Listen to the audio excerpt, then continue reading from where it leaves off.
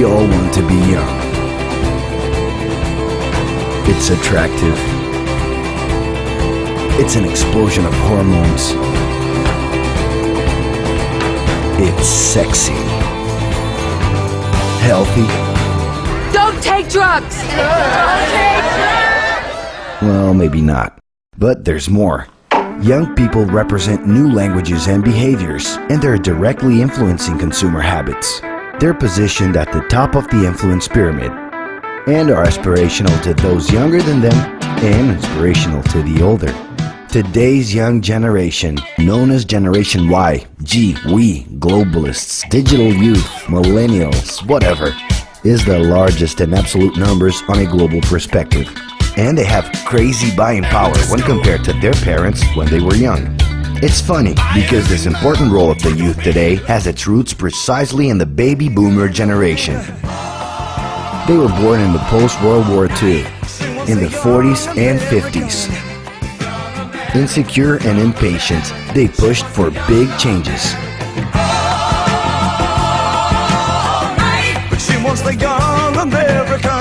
They were the first generation to conquer the right to be young, inventing what came to be known as the youth lifestyle. If your time to you is worth saving, then you better start swimming or you'll sink like a stone, for the times they are a-changing. They were handed the keys to the house and the freedom to come and go. They took over the academic centers, big festivals, and streets. Because of this, they were nicknamed Liberated Youth. From the outside, it seemed they were a little nutty, but the talk of peace, love, free sex, and flower power stayed influencing behavior till today. And actually, all of that must have been pretty fun. And speaking of fun, we can't forget about Generation X. Born in the 60s and 70s, they enjoyed the rights conquered by the baby boomers, living a guilt-free search for pleasure. Life moves pretty fast. If you don't stop and look around once in a while, you could miss it. Uneasy and enthusiastic, they pushed for new major changes. Inside their houses, they're the bosses of their bedrooms and have taken control of their individualities.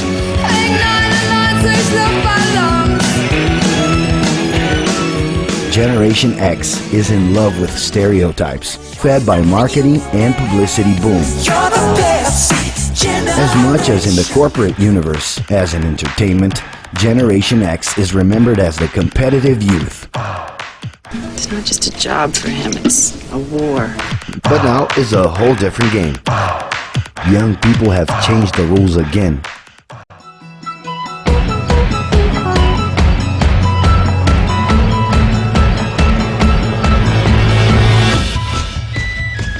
Known as the first global youth, millennials not only have the keys to their house and their domain, they have also taken over the world. Yeah, full access to it.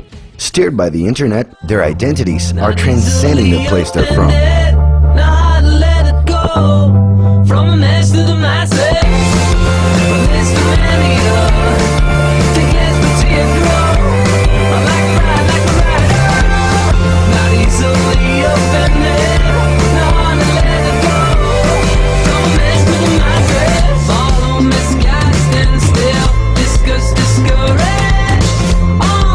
This isn't happening by pure coincidence. Globalized consumerism promotes aesthetic and behavioral connections with other youth around the world. The internet is allowing personal content to gain stratospheric dimensions, where everything can be remixed. Whoa, that's a full rainbow. All the way. Double rainbow. Oh my God.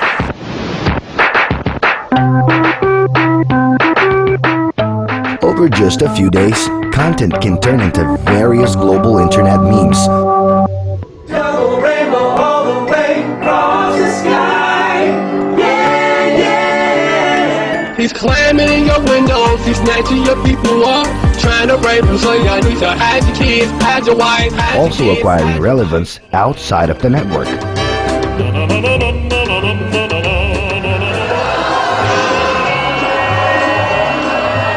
Obviously, all of this has consequences. The excess of information and possibilities is causing this young generation to have general chronic anxiety.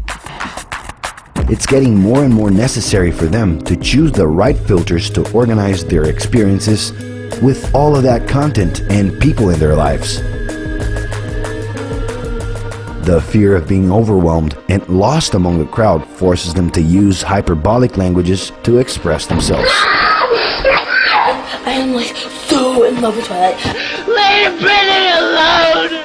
It's not always easy to understand what millennials are saying.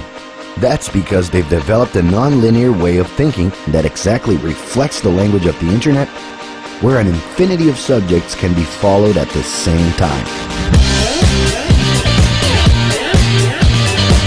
For these millennials, it is natural to start out with something and end up in somewhere else. But do not panic. It's organic. Today, it's cool to know and be various things at the same time. It's a lot different than in the 80s when young people had radical vision about the power of groups. You were one thing or another. In the 90s, the power of the tribes was no longer such a cool thing to be associated with.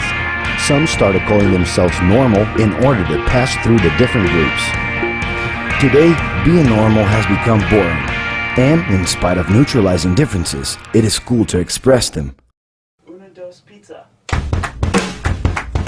All the single ladies, all the single ladies, all the single ladies, all the single ladies, all the single ladies, all the single ladies, all the single ladies. It is possible to be a surfer, DJ, rocker, nerd, cinephile, designer at the same time. We're talking about the most plural youth generation in history. It is a plurality which guarantees that the young can simultaneously recognize themselves even with their personal differences. Their new extended social network has resulted in a bigger number of short-term style personal relationships. It is also visible in their work, in which traditional career plans and hierarchical systems are losing strength. More and more, they want to unite work with pleasure. But that's not so they can achieve a hedonistic lifestyle. Pleasure comes in pre-programmed breaks. Young millennials are pragmatic. They're also more realistic. Their big idols aren't the most idealized figures, but instead are common people who realize small possible dreams that aren't utopic. They are the faces of the new economy, ruled by open source and crowdsourcing and independent initiatives that, with the power of the internet, can have an immeasurable impact. This collective conscience is the zeitgeist of the future, leading to a scenario of opportunities. But it's not easy. The new is always intimidating. A lot of things that were not immediately understood in the past are today considered natural behavior. You can understand and take part, or comfortably sit and follow along. In the end, to be young is sexy and fun, but it's a lot more than that. It comes with questions and big ambitions. If you think you already know enough and are at peace with your place in the world, well then congratulations, you're officially dead. More than ever before, in order to understand the world, it is necessary to understand these youths, who are the catalysts to big changes. And there's an added bonus. To understand the evolution of the world is a search that could keep us young forever.